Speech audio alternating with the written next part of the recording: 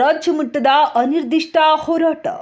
ಗಂಗಾವತಿ ಬೆಂಗಳೂರು 7ನೇ ಜನವರಿ 2025ರಿಂದ ತಾಲೂಕಿನ ಎಲ್ಲ ಆಶಾ ಕಾರ್ಯಕರ್ತೆಯರು ಭಾಗವಹಿಸುತ್ತಿರುವ ಸಲುವಾಗಿ ತಾಲೂಕು ವೈದ್ಯಾಧಿಕಾರಿಗಳಾದ ಡಾಕ್ಟರ್ ಗೌರಿಶಂಕರ್ ಇವರಿಗೆ ಮನವಿಯನ್ನ ಸಲ್ಲಿಸಲಾಯಿತು. ನಂತರ ಮಾತನಾಡಿದ ಗಂಗಾವತಿ ನಗರ ಘಟಕ ಆಶಾ ಕಾರ್ಯಕರ್ತರ ಸಂಘದ ಅಧ್ಯಕ್ಷ ವಿಜಯಲಕ್ಷ್ಮಿ ಆಚಾರ್ಯ, ಆಶಾ ಕಾರ್ಯಕರ್ತೆಯರು ಹಗಲಿರುಳು ಬಡಜನರಿಗೆ ಆರೋಗ್ಯ ಸೌಲಭ್ಯಗಳನ್ನು ಒದಗಿಸಿಕೊಡಲು ಆರೋಗ್ಯ ಇಲಾಖೆಯಲ್ಲಿ ಪರಿಶ್ರಮಿಸುತ್ತಿರುವುದು ನಿಮಗೆ ತಿಳಿದಿದೆ. ರಾಜ್ಯದಲ್ಲಿ ಸುಮಾರು 42,000 ಆಶಾ ಕಾರ್ಯಕರ್ತೆಯರು ಮಹತ್ತರವಾದ ಕೆಲಸಗಳನ್ನು ನಿರ್ವಹಿಸುತ್ತಿದ್ದಾರೆ.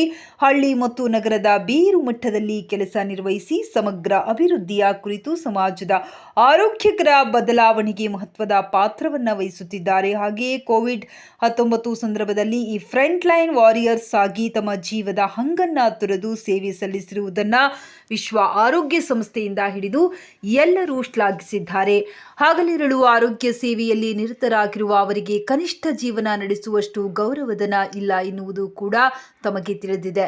ಬಹುದಿನಗಳ ನ್ಯಾಯಯುತ ಪ್ರಮುಖ ಬೇಡಿಕೆಗಳನ್ನು ಈಡೇರಿಸಬೇಕೆಂದು ಅನಿವಾರ್ಯವಾಗಿ ಅನಿರ್ದಿಷ್ಟ ಹೋರಾಟಕ್ಕೆ ಮುಂದಾಗಿರುವುದು.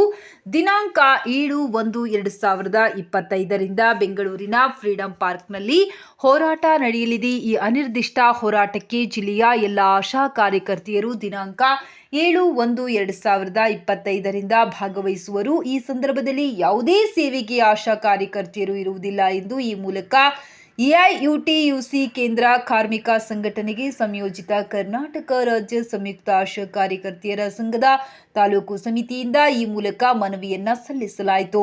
ಈ ಸಂದರ್ಭದಲ್ಲಿ ಆಶಾ ಕಾರ್ಯಕರ್ತೆ ಸಂಘದ ತಾಲೂಕು ಅಧ್ಯಕ್ಷ ಜ್ಯೋತಿ ಲಕ್ಷ್ಮಿ, ಕಾರ್ಯದರ್ಶಿ ಲಾಲಾಬಿ, ಸದಸ್ಯರಾದ ಸಂಗೀತಾ ನಾಯಕ್, ರೇಖಾ, ಲಲಿತಾ, ಹಿರೇಮಠ್, ರೇಣುಕಾ, ಉಮಾದೇವಿ, ದೀಪಾ, ಈರಮ್ಮ, ಅನುರಾಧ, ಮಹದೇವಮ್ಮ, ಲಕ್ಷ್ಮಿ, ಕೀರ್ತನಾ, ಎಂ ಲೀಲಾವತಿ, ವಿಶಾಲಾಕ್ಷಿ, ಮಲ್ಲಿಕಾ, ಕವಿತಾ, ನಳಿನಿ, ಸುಜಾತ ಸೇರಿದಂತೆ ಇತರರು ಉಪಸ್ಥಿತರಿದ್ದರು.